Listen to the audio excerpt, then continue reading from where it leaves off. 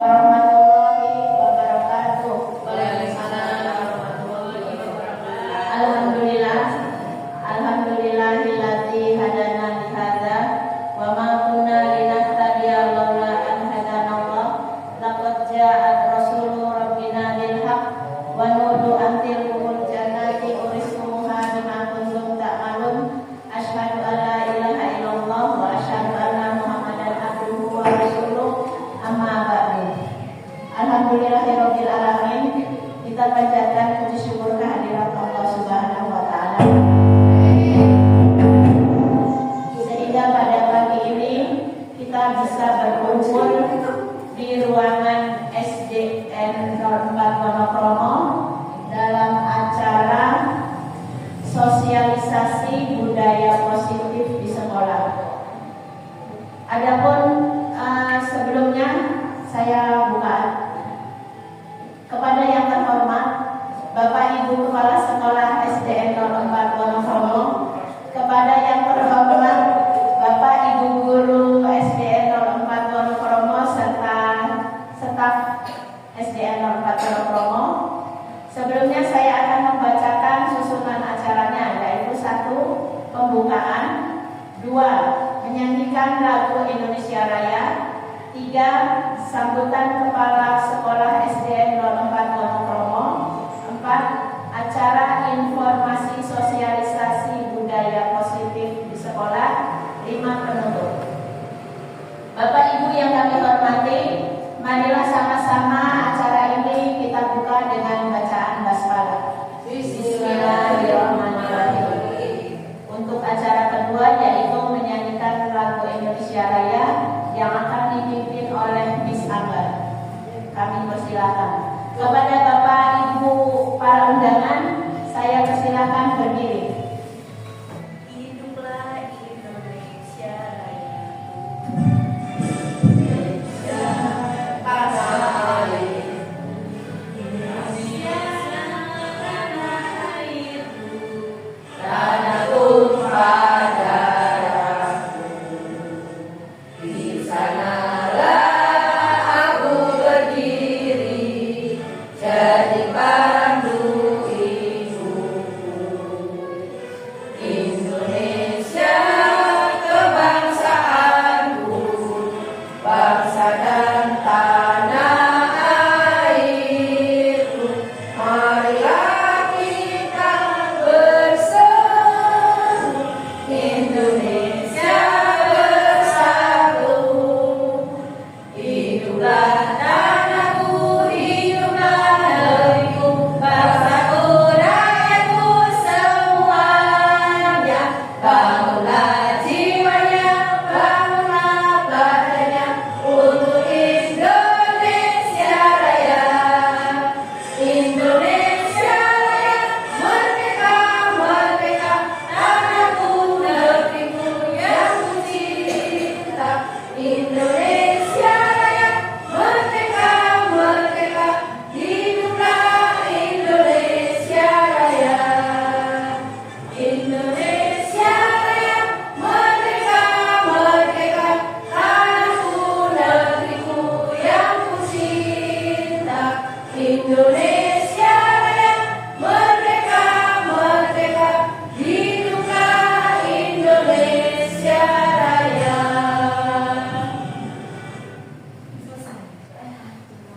Saya mohon Bapak Ibu berduduk kembali.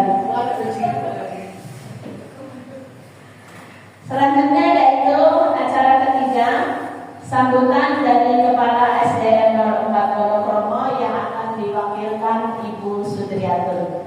Kepada beliau kami persilakan.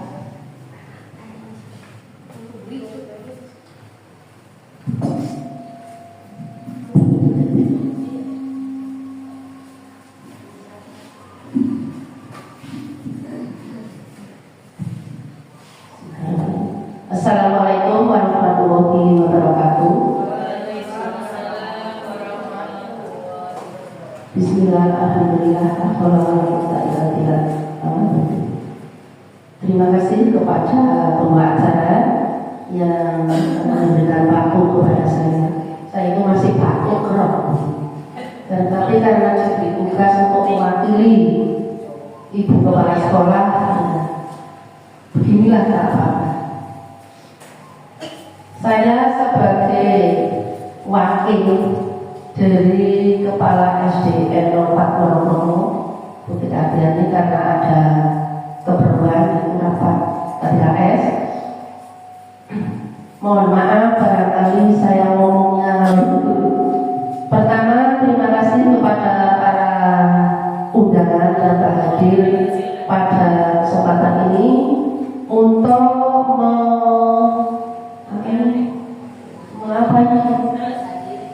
menghadiri undangannya Bu Siti Itia, yaitu acara inti sosialisasi budaya positif di sekolah.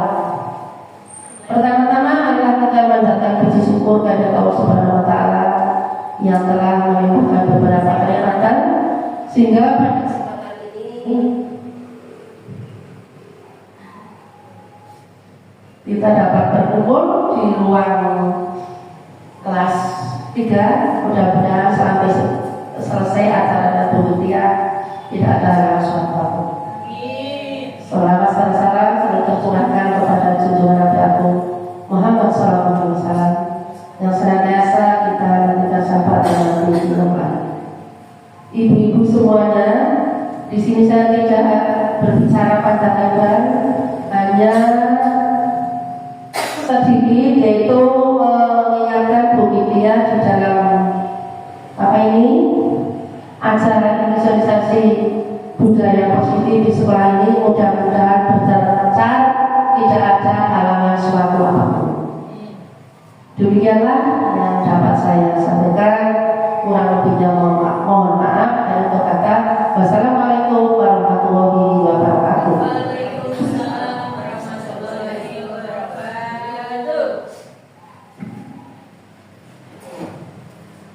Terima kasih kepada Ibu Sudriyatun SPDSD yang telah mewakili Ibu Kepala Sekolah SDN 04 Wonosobo, Ibu Tita Ardiani SPDSD, untuk acara intinya, yaitu acara inti sosialisasi budaya positif di sekolah yang akan disampaikan kepada beliau Ibu Siti Itia SPDI. Kami persilakan.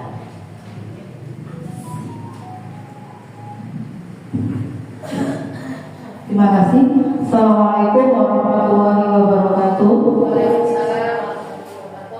Alhamdulillahirrahmanirrahim. Assalatu wassalamu ala asrofil anbiya'i wal mursalin Sayyidina wa maulana Muhammadin wa ala alihi wa sahbihi ajma'in, amma ba'du. Yang saya hormati Ibu Kepala Sekolah SDN 04 Wonosobo dan peserta yang mewakilinya. Kemudian yang saya hormati ibu-ibu ya Sri Kandi SDN 04 Wonosobo, karena kebetulan yang datang ibu semua. Selawat serta salam kita lakukan kepada junjungan Nabi kita Nabi Muhammad SAW. Semoga kita semua yang berada di sini mendapatkan syafaat di dunia wal akhirat. Ibu-ibu semuanya, terima kasih telah meluangkan waktu untuk saya untuk mensosialisasikan budaya positif di sekolah yang kemarin ini nanti saya akan mensosialisasikan tentang desiminasi positif di lingkungan sekolah yang kemarin saya dapatkan ketika belajar di Guru Penggerak. Nanti saya itu ada pantun ya Bapak Ibu. Pak Wawan makan sushi, susinya dicampur ikan tuna. Izinkan saya menyampaikan designasi, semoga bermanfaat bagi kita semua. Karena nggak ada moderatornya, saya sendiri ya kalian. Ini ada tebak kata Ibu. Coba jenengan nanti perhatikan gambar yang ada di sana, kemudian kira-kira nama buahnya itu apa?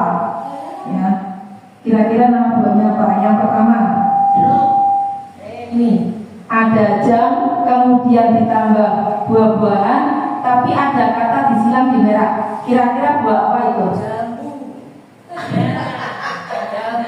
Jambu. Oh iya, betul.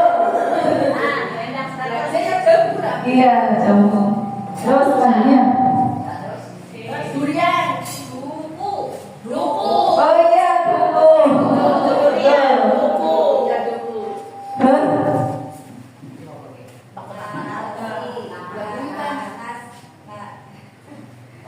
Nanas. temu pinter lah. Nanas ya. Terus nih, ini per-peran. Per-peran plus ada naga, ada buaya.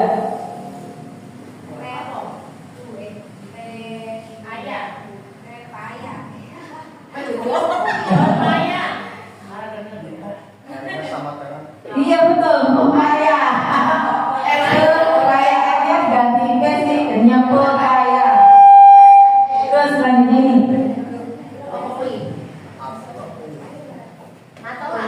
Iya betul. Iya ya. Tak kira dong bisa di kok udah sekali ya. Baca materi ya Bu, agak lama dan sedikit mendengarkan saya mengoceh ya. Ini yaitu konsep inti budaya positif. Yang pertama yaitu perubahan paradigma belajar, yang kemudian yang kedua disiplin positif, yang ketiga motivasi perilaku manusia, keempat kebutuhan dasar, yang kelima posisi kontrol restitusi, yang keenam keyakinan kelas, yang ketujuh segitiga restitusi. Jadi ini yang nanti kita akan pelajari selama 1 jam ke depan. Sebelum kita mulai materi, ibu ya guru aja, teman-teman, kira-kira definisi dari disiplin itu apa? Bisa saya ajak teman-teman untuk berpikir bareng-bareng mengenai disiplin. Saya tunjuk ya satu untuk ke depan. Disiplin itu apa sih? Arti dari disiplin. Tidak ada yang salah, tidak ada yang semuanya benar. Melakukan sesuatu tepat waktu. Iya Bu. Melakukan sesuatu tepat waktu. Melakukan sesuatu tepat waktu. Coba diwakili ke depan biar gampang. Bapak, yang cepat. Disiplin itu seperti yang Bu Sutri katakan, melakukan sesuatu dengan tepat waktu dan itu secara rutin, berkesinambungan. Kayak bahasa Inggris itu masuknya ke dalam simple present tense, kejadian yang terjadi secara berulang-ulang tapi tepat waktu gitu loh. Ya, Coba aku nambahin. ya enggak. Disiplin itu taat patuh pada nilai-nilai aturan. Ya. Ada yang lain? Mungkin Bumi? Sama? Bisa mungkin? Sama oh ya. Terima kasih. Ini pembelajaran terhadap paradigma baru, yaitu di sini pembelajaran paradigma baru atau kurikulum merdeka merupakan pembelajaran yang berorientasi pada penguatan kompetensi dan pengembangan karakter yang sesuai dengan dimensi profil pelajar Pancasila. Kurikulum merdeka memastikan bahwa praktek pembelajaran yang dilakukan di sekolah benar-benar berpusat pada siswa, ya, yang mana setiap siswa dipastikan melakukan kegiatan yang belajar sesuai dengan kebutuhan. Ini ada profil pelajar Pancasila dan ada lagunya Ibu ya. Ya, coba saya mau Ibu guru satu yang ke depan menyanyikan lagu dari pelajar Pancasila. Kemarin saya pernah melihat atau mendengar di salah satu kelas. Pelajar Pancasila. Salah satu ya. Coba bisa. Kemarin kayaknya bisa. Saya yang menyanyi. Bisa ini. Pakai pengarangnya mengikuti ya. Yo, kita menyanyikan bersama lagu Belajar Pancasila. Ayo, 1, 2, 3. Belajar Pancasila, beriman dan bertakwa pada Tuhan Yang Esa. Berkebinekaan global, gotong royong mandiri, kreatif dan bernalar kritis.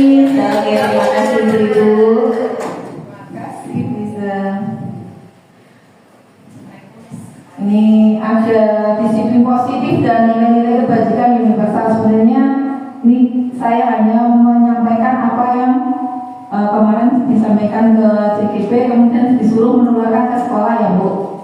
Disiplin positif dan nilai-nilai kebajikan universal. Anda dan teman Anda akan melakukan kegiatan. Cobalah buka. Anda adalah A. Tugas Anda adalah mengepalkan salah satu tangan Anda. Coba Anda bayangkan bahwa Anda menyimpan sesuatu yang sangat berharga di dalam kepalan tangan Anda. Anda perlu menjaga benda tersebut sekuat tenaga Anda, karena begitu pentingnya untuk kehidupan Anda. Tugas B atau rekan Anda adalah mencoba dengan segala cara untuk membuka kepalan tangan Anda. Teman Anda B boleh membujuk, menghardik, mengintimidasi, memarahi, menggoda, menggigit, bahkan menawari Anda uang agar Anda bersedia membuka kepalan tangan Anda. Kira-kira dari kata-kata tadi, jenengan intinya ada yang bisa memahami nggak?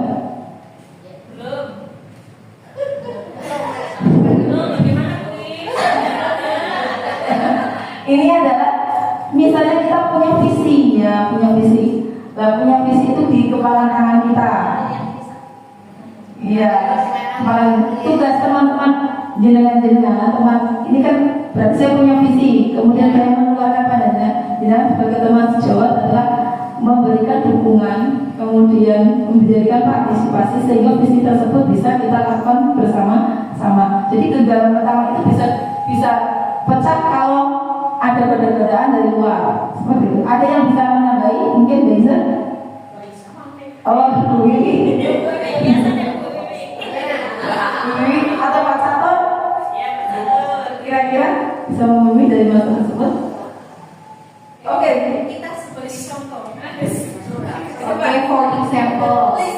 Ya, contohnya ya, misalnya kita sebagai guru kita harus mempunyai prinsip yang sangat kuat. Sebagai contoh misalnya kita kita sebagai wali kelas, terus ada satu siswa yang tidak bisa naik kelas, terus orang tuanya itu datang menemui kita dengan memberikan alasan ini maksudnya membujuk kita, tolonglah Bu apa Pak, anak saya biar naik kelas ini ya, ada ini imbalannya kayak gini gitu. Tapi kita berprinsip bahwa ya tidak bisa walaupun ada hadiah, tapi kita harus mempunyai etika keguruan. Etikanya kan seperti kita kan khususnya kan. Iya, kalau lagi itu jangan. Iya. Kan kita kan waktu kuliah belajar namanya paikem gembrot. Maksudnya paikem gembrot itu adalah etik yang kita pegang sebagai guru gitu loh. Saya sendiri lupa penjabarannya apa, pokoknya intinya itu paikem gembrot gitu. Saya masih ingat banget. Gembrot. Lah gembrot itu paikem gembrot itu Panjangnya gembrot. Apa ya? Kok itu tak searching itu sampai parah. Intinya Kita berprinsip untuk tidak memberikan tidak mudah tergiur dengan sesuatu harus sesuai ada. Kita harus berprinsip. Oh nggak bisa, saya nggak bisa pakai kayak gitu. Saya prinsip. Oh anak Anda itu tidak memenuhi persyaratan untuk naik kelas, makanya saya tidak bisa kayak gitu. Menaikkan ini karena seperti ini. Itu salah satu contoh ya. Contoh yang lain masih banyak. Oke, ada yang baik. Baik, intinya kontrol intinya. Oh iya, intinya sama ya. Iya betul. Ini disiplin positif dan nilai-nilai kebajikan universal. Nah, tadi teman-teman ini kita bisa langsung loncat. Nih, ada miskonsepsi tentang teori kontrol ini dari pemikiran Dr. William Glasser. Ilusi guru mengontrol murid. Ya, jadi seorang guru itu ketika mengontrol murid harus kita lihat coba gambarnya seperti itu.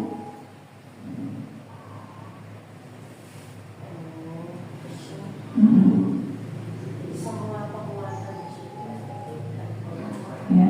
Dari pemikiran miskonsepsi tentang teori kontrol tersebut, ada pemikiran yang kira-kira timbul di pemikiran Bapak Ibu guru mengenai miskonsepsi teori kontrol Dr. William Glasser.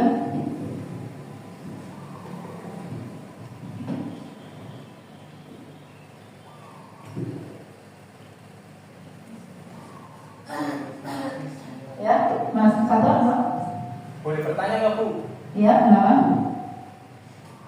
Itu kan ilustrasi bahwa semua penguatan positif efektif dan bermanfaat. Manfaatnya itu yang gimana? Ya, ini berarti kan ketika kita mau membuat tentang teori kompon, ini teori komponnya di oleh Dr. William. Ya. Pendapatnya dari Dr. William. Jadi ketika kita membuat disiplin positif di sekolah itu, disiplinnya itu harus memberikan manfaat di lingkungan sekitar kita. Seperti itu. Jadi ketika kita membuat ketentuan atau aturan itu harus memberikan manfaat. Ada yang lain? Ya, bisa. Di sini kan ada pendapat teori dari Dr. William Glaser. Di sini teorinya beliau mengungkapkan bahwa semua penguatan positif efektif dan bermanfaat. Itu pandangan dari Dr. William Glaser. Beliau juga mengatakan bahwa ilusi bahwa orang dewasa memiliki hak untuk memaksa. Jadi di sini kita digambarkan orang dewasanya, guru sebagai orang dewasa, dan orang dewasa itu kita memberi paksaan kepada anak. Nah, ilusinya itu begitu. Semua yang berasal dari kita sebagai guru untuk anak itu memiliki penguatan positif dan efektif dan bermanfaat. Dan itu pendapat dari Dr. William Glaser. Tidak semua pendapatnya sama.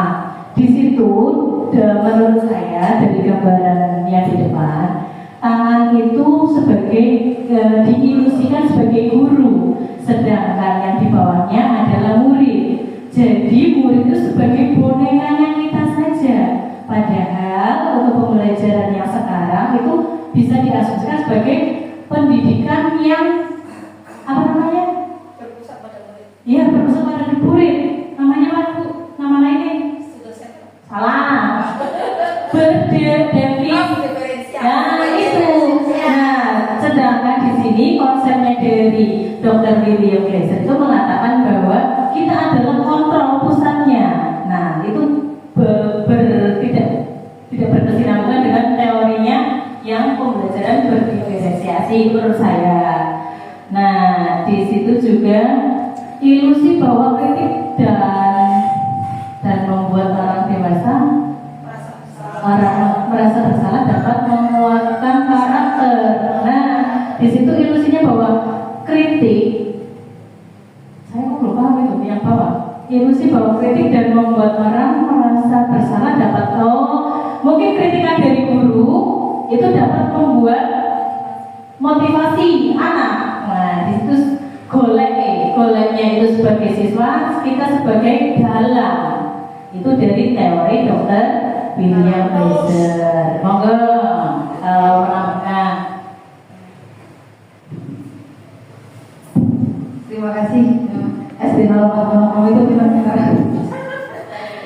Ya, kita akan ambil langsung ya karena jumlah halaman itu 45 halaman. Ini masih 17 biar cepat. Jadi makna kata disiplin, kebanyakan orang akan menghubungkan kata disiplin dengan kata tertib, teratur, dan kepatuhan pada peraturan. Kata disiplin juga sering dihubungkan dengan hukuman, padahal itu sungguh berbeda. Karena belajar tentang disiplin positif tidak harus dengan memberi hukuman. Justru itu adalah salah satu alternatif terakhir dan kalau perlu tidak digunakan sama sekali. Dalam budaya kita, makna disiplin dimaknai menjadi sesuatu yang dilakukan seseorang pada orang lain untuk mendapatkan kepatuhan. Kita cenderung menghubungkan kata disiplin dengan ketidaknyamanan. Disiplin berasal dari kata disiplina yang artinya belajar. Disiplin mengacu pada disiplin diri yang memiliki tanggung jawab terhadap apa yang dilakukannya berdasarkan nilai yang diyakini. Ini makna disiplin. Langsung. Makna kata disiplin positif. Ya, cepat Ibu. Disiplin positif merupakan salah satu cara penerapan disiplin yang bertujuan untuk menumbuhkan kesadaran serta memberdayakan peserta didik tanpa imbalan atau penghargaan, ancaman atau hukuman. Sebagai pendidik, tujuan kita adalah menciptakan peserta didik yang memiliki disiplin diri sehingga mereka berperilaku mengacu pada nilai kebajikan universal dan memiliki motivasi intrinsik dalam perubahan perilaku ke arah yang lebih baik. Manfaat di sini positif. Nah ini tuh. Yang pertama mengajarkan anak tanggung jawab. Yang kedua menumbuhkan kesadaran diri berdasarkan nilai-nilai kebajikan. Yang ketiga dapat mengontrol diri dalam melakukan segala tindakan. Yang keempat dapat membuat murid memahami dan menyadari sesuatu berdasarkan motivasi internal, bukan akibat paksaan, pujian ataupun hukuman. Nilai-nilai kebajikan universal. Nilai kebajikan universal adalah nilai-nilai yang disepakati bersama, lepas dari suku bangsa, agama, bahasa maupun latar belakangnya. Yang pertama ini nilai kebajikan universal pada profil pelajar Pancasila. Yang pertama yaitu beriman dan bertakwa kepada Tuhan Yang Maha Esa, berakhlak mulia, berkebinekaan global, gotong royong, mandiri, kreatif dan bernalar kritis. Kemudian nilai kebajikan universal seperti ini, toleransi, rasa hormat, integritas, mandiri, menghargai, dan itu antusias, berarti keinginan, kreatif, kerjasama, percaya diri dan komitmen. Kemudian nilai kebajikan universal pada kekayaan hidup dapat dipercaya, lurus hati, pendengar yang aktif, tidak merendahkan orang lain, dan memberikan yang terbaik dari diri. Dari ketiga itu bisa kita terapkan untuk nilai-nilai kebajikan dan memberikan motivasi untuk membangun suatu motivasi dalam mencapai tujuan yang kita inginkan. Kalau kita punya tujuan yang mulia, nilai kebajikan tersebut bisa kita terapkan. Ada 5 kebutuhan dasar manusia.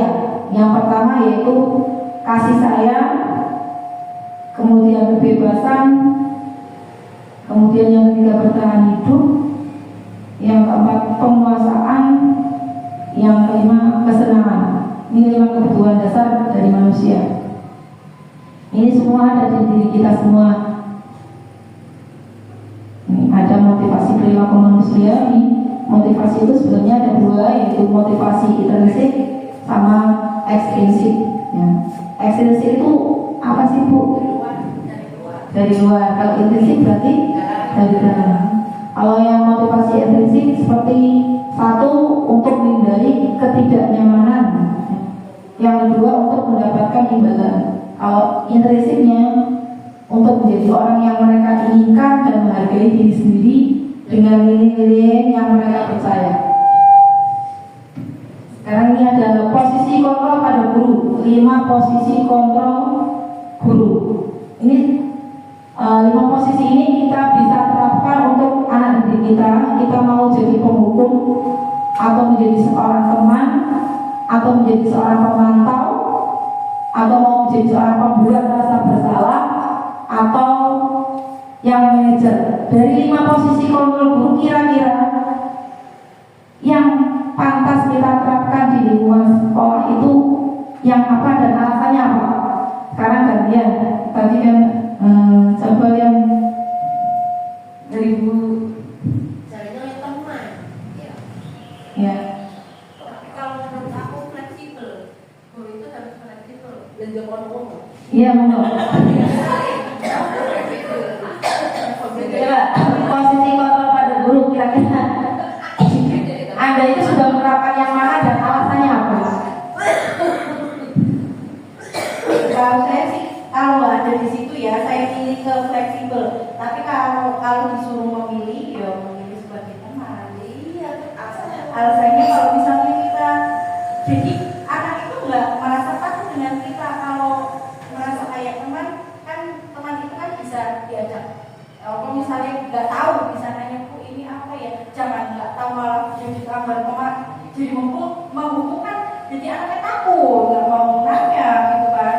Jadi kalau teman kan bisa akrab, bisa akrab, bisa dikasih tahu, kayak ngono loh. Tapi kalau misalnya kita punya image penghukum, anak otomatis takut dengan kita. Belum masih lihat orangnya aja, takut. Gitu intinya lah ya. berarti disambat teman ya. Nah, ada lagi? Bu Rizky, kalian? Saya cuma menambahkan.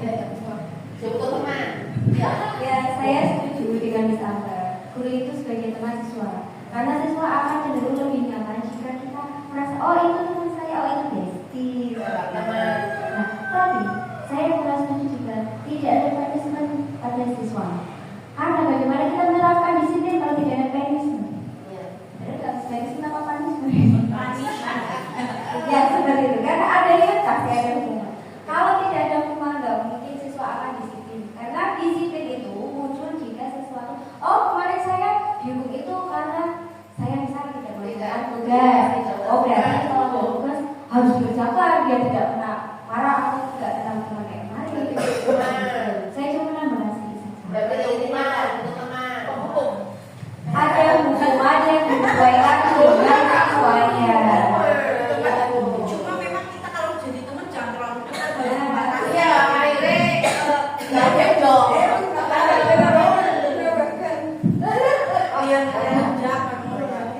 Kalau aku lebih memilih manajer. Sebabnya kalau manajer itu kan memimpin ya, membimbing, dalam arti membimbing. Jadi kita mengarahkan murid tapi dengan bimbingan. Kalau kita teman ya boleh, tapi kalau biasanya kalau teman itu agak kurang disegani. Kalau manajer kan ada jiwa pemimpin ya, tapi kita dalam arti memimpinnya membimbing seorang anak, memberikan tanggung jawab kepada anak, seperti itu menurut saya. Terima kasih. Ini berbagai macam guru, berbagai pendapat. Tapi sebelum kita memilih tadi, ini alangkah baiknya kita mengetahui 5 posisi kontrol itu. Ya, yang pertama yaitu menghukum. Seorang penghukum bisa menggunakan hukuman fisik maupun verbal. Orang yang menjalankan posisi penghukum senantiasa mengatakan bahwa sekolah itu memerlukan sistem atau alat yang dapat lebih menekan murid-murid lebih dalam lagi. Guru yang menerapkan posisi penghukum akan berkata, patuhi aturan saya atau awas. Misalkan berarti ada tanda petung di belakangnya ya. Kemudian kamu selalu saja salah. Ya. Pasti selalu yang terakhir selesai. Guru seperti ini senantiasa percaya hanya ada satu cara agar pembelajaran itu berhasil, yaitu caranya dia. Ya. Itu kalau penghukum. Terus kalau membuat rasa bersalah, posisi ini biasanya guru akan bersuara lebih lembut. Ya. Pembuat rasa bersalah akan menggunakan keheningan yang membuat orang lain merasa tidak nyaman, bersalah atau rendah diri. Kata-kata yang keluar dengan lembut akan seperti, ibu sangat kecewa sekali dengan kamu, masuk negatif. Ya. Kemudian iya, berapa kali bapak atau ibu harus memberitahu kamu ya? Gimana coba kalau orang tua kamu tahu kamu berbuat begini? Posisi murid di pembuat rasa bersalah akan memiliki penilaian diri yang buruk tentang diri mereka. Murid merasa tidak berharga dan telah mengecewakan orang-orang yang disayanginya ini. Kemudian untuk teman, kalau teman biasanya guru pada posisi ini tidak akan menyakiti murid, namun akan tetap berupaya mengontrol murid melalui persuasi. Posisi teman pada guru bisa negatif ataupun positif. Positif di sini berupa hubungan baik yang terjalin antara guru dan murid. Guru di posisi teman menggunakan hubungan baik dan humor untuk mempengaruhi seseorang. Mereka akan berkata, ayo bantulah demi ibu ya. Ayo ingat tidak bantuan ibu sama ini. Ya sudah, kalau ini tidak apa-apa nanti ibu bantu bereskan. Seperti itu. Biasanya di sini murid merasa dikecewakan dan tidak mau lagi berusaha. Hal yang lain yang mungkin timbul adalah murid hanya akan bertindak untuk guru tertentu, tidak untuk guru lainnya. Murid akan tergantung pada guru tersebut karena sudah lengket sih seperti teman ya, jadi lebih condong pada dia. Mungkin sisinya itu lebih dekat ya Bu ya, lebih terbuka kalau posisi teman yang enggak Rizky ya, tadi yang dibilang dengan teman, jadi lebih terbuka kalau posisinya teman. Kemudian yang 4, pemantau. Memantau berarti mengawasi. Pada saat kita mengawasi, kita bertanggung jawab atas perilaku orang-orang yang kita awasi. Posisi pemantau berdasarkan pada peraturan dan konsekuensi dengan menggunakan sanksi atau konsekuensi. Nih, tadi yang Mbak Rizky bilang konsekuensi ya. Kita dapat memisahkan hubungan pribadi kita dengan murid sebagai seorang yang menjalankan posisi pemantau. Pertanyaan yang bisa diajukan di posisi pemantau seperti, peraturannya apa? Apa yang telah kamu lakukan? Sanksi atau konsekuensi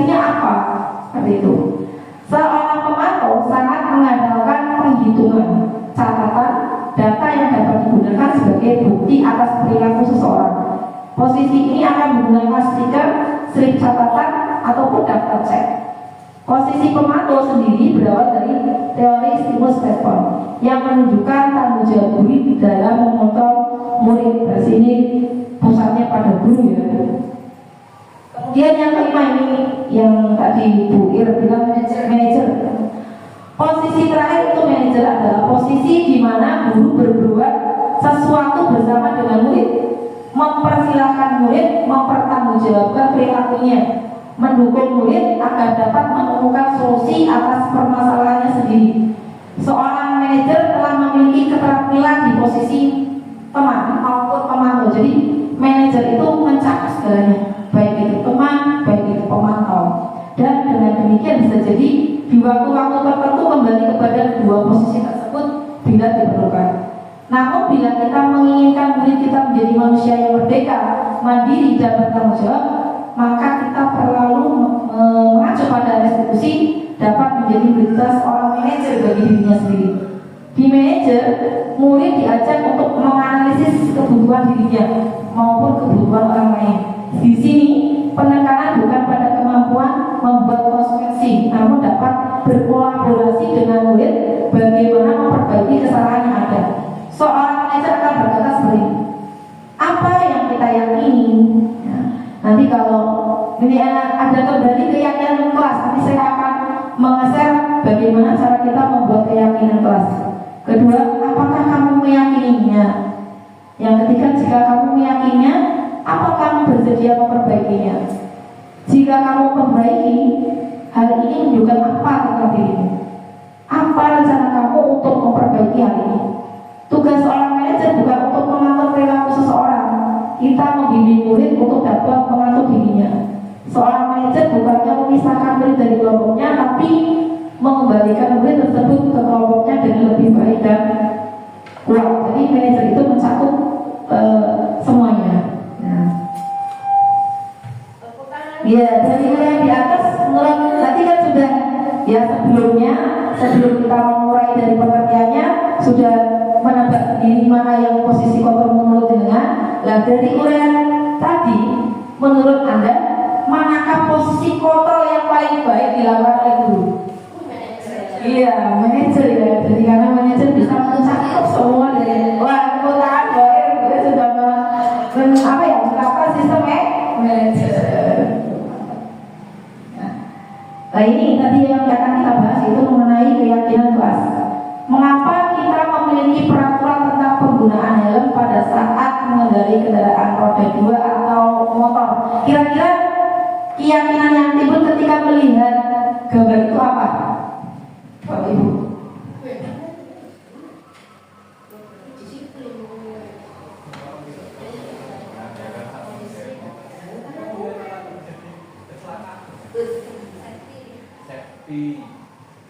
Biar tidak terjadi kecelakaan. Oke, sekarang Pak Saton. Salah satu ini.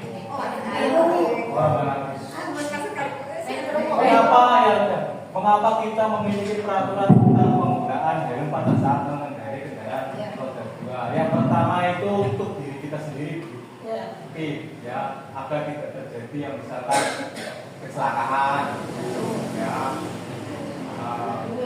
keselamatan berlalu lintas. Karena kalau kita menyalahi aturan tidak memakai helm juga kan kita melanggar aturan lalu lintas.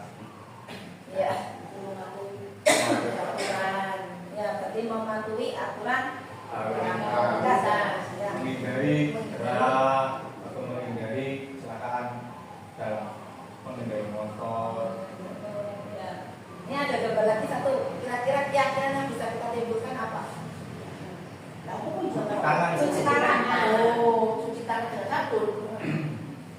Mengapa kita memiliki peraturan tentang mencuci tangan setiap saat? Supaya tidak ada penyakit, ya, kita tidak jadi kotoran, ya. Siapa yang mau bersuara? Oke, Ya. Kita ingat dari kejadian COVID, ya. Itu setiap kita melakukan kegiatan kita cuci tangan. Selain kita terhindar dari kuman, bersih dari kuman, cuci tangan juga termasuk kebersihan itu dari sebagian dari iman. Itu yang intinya. Kemudian alangkah baiknya bukan saat COVID saja, sekarang juga bisa kita terapkan kedisiplinan ini terhadap anak-anak. Itu bisa kita contohkan dengan mencuci tangan dulu sebelum makan atau minum. Itu. Yang lain? Yang lain? Kalau nggak ada langsung. Ya. Ini jadi dari dua gambar itu yang bisa kita ambil dari nilai-nilai keyakinannya, yaitu nilai-nilai keselamatan ataupun kesehatan. Ini yang disebut dengan keyakinan, yaitu nilai-nilai kebajikan universal yang disepakati secara tersirat dan tersurat, lepas dari latar belakang suku, negara, bahasa maupun agama. Seperti yang sudah disampaikan sebelumnya pada pembelajaran 2.1 tentang nilai-nilai kebajikan, bahwa menekankan pada keyakinan seseorang akan lebih memotivasi seseorang dari dalam.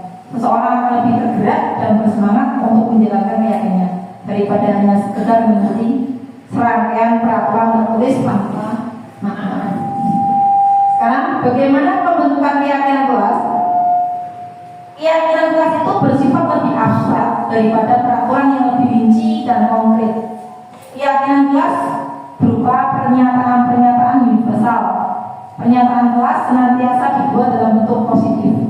Keyakinan kelas hendaknya tidak terlalu banyak sehingga mudah diingat dan dipahami oleh semua warga kelas. Kemudian keyakinan kelas sebaiknya sesuatu yang dapat diterapkan di lingkungan tersebut.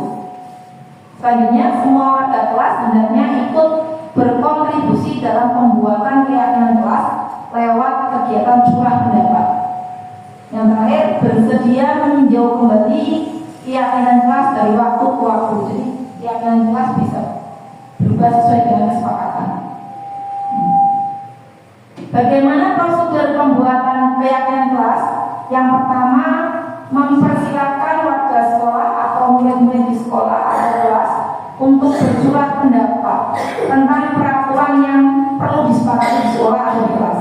Kemudian yang kedua, mencatat semua masukan-masukan para murid atau warga sekolah di papan tulis atau di kertas besar, baik itu kertas ukuran poster ataupun yang lain, di mana semua anggota kelas bisa melihat hasil curah tersebut.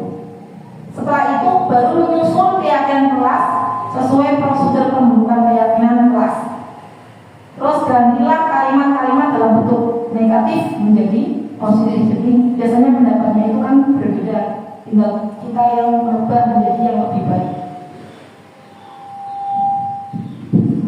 Ini prosedur membuat keyakinan kelas. Contohnya, kalau kalimat negatif, jangan berlari di kelas atau koridor. Nah, positifnya, berjalanlah di kelas atau koridor. Jadi kita menghilangkan kata jangan. Jangan. Iya. Sekarang juga coba bisa buat kalimat negatifnya. Kita mau buat kalimat positifnya. Dilarang membuang sampah sembarangan. Buang sampah di tempatnya. Masya Allah. Dilarang terlambat.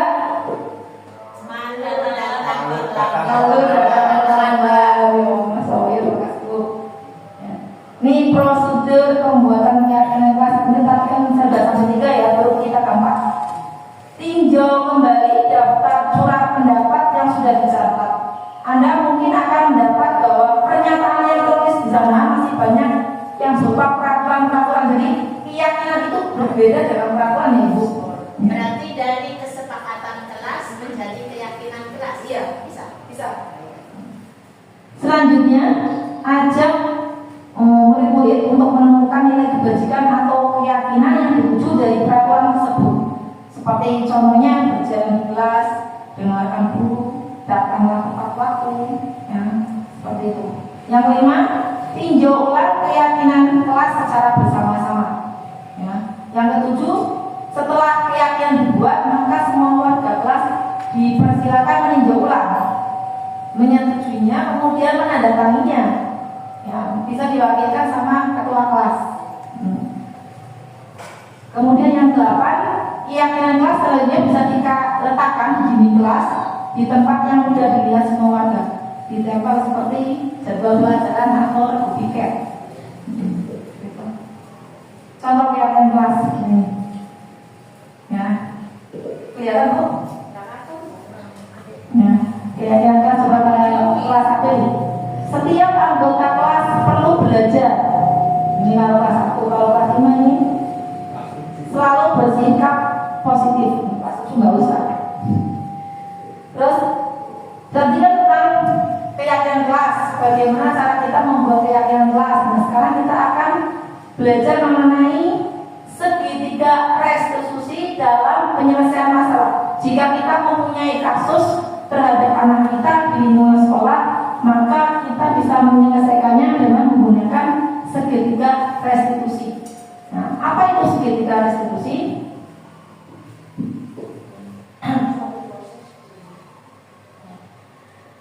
Restitusi bertujuan untuk mengubah identitas yang gagal menjadi sukses. Ini ada segitiga ya. Yang pertama yaitu menstabilkan identitas, validasi tindakan yang salah, kemudian menanyakan keyakinan. Guru yang berperan sebagai manajer, ini kan karena kemarin tadi yang paling baik itu adalah manajer.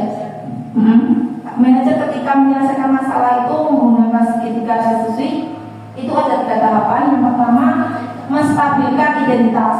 Yang kedua, validasi tindakan yang salah. Yang 3, menanyakan keyakinan. Tujuannya apa? Tujuannya itu menghasilkan murid yang mandiri dan bertanggung jawab. Jadi ini berkaitan dengan keyakinan kelas tadi. Nah, kalau anak melanggar dari salah satu keyakinan kelas, kita tidak boleh memberikan suatu hukuman. Biasanya hukuman itu kan mengacu pada fisik ya. Nah, kalau ini dalam keyakinan kelas itu menuntut anak biar lebih memperbaikinya lebih baik tanpa memberikan hukuman fisik. Iya.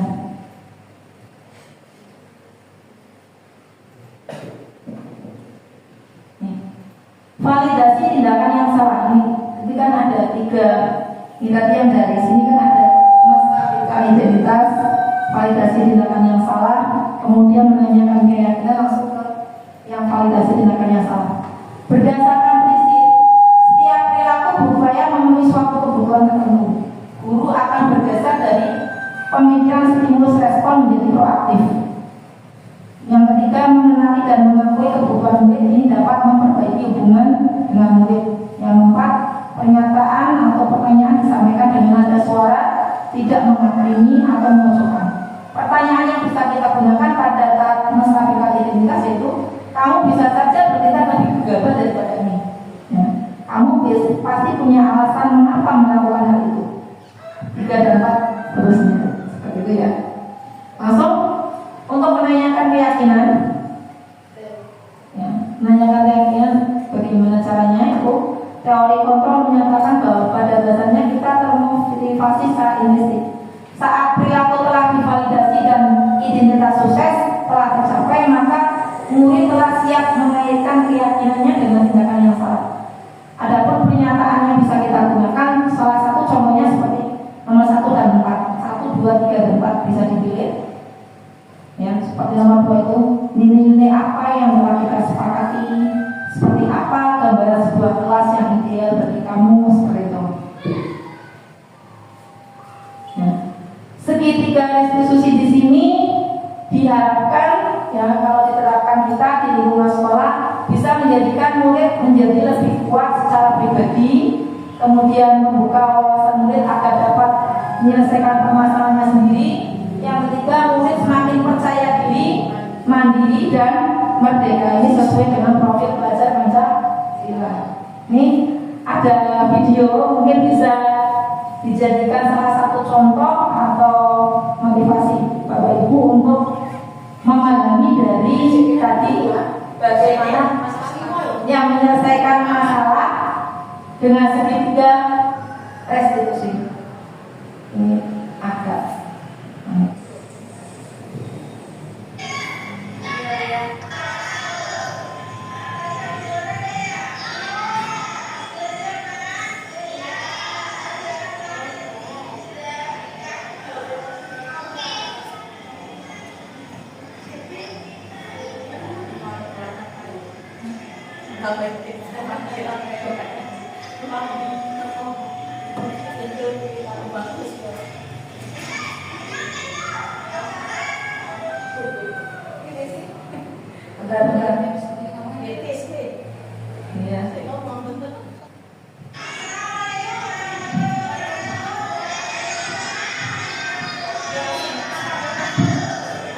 Ini kasus bagaimana menyelesaikan kasus masalah dengan menggunakan sertifikat restitusi.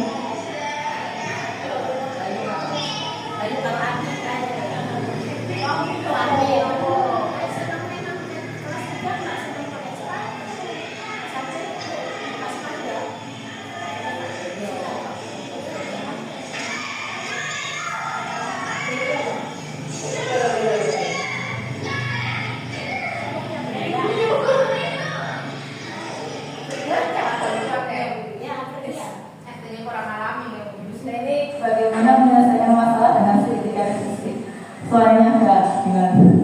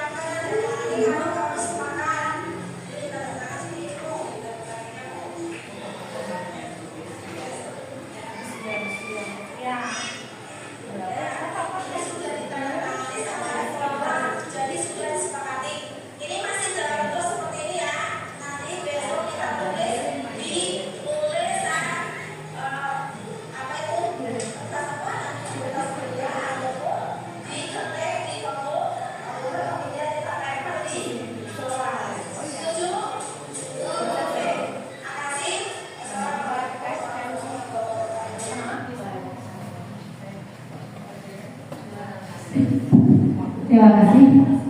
Demikian yang bisa saya sampaikan pada ibu semua dan bapak-bapak. Ucapan alhamdulillah dan selanjutnya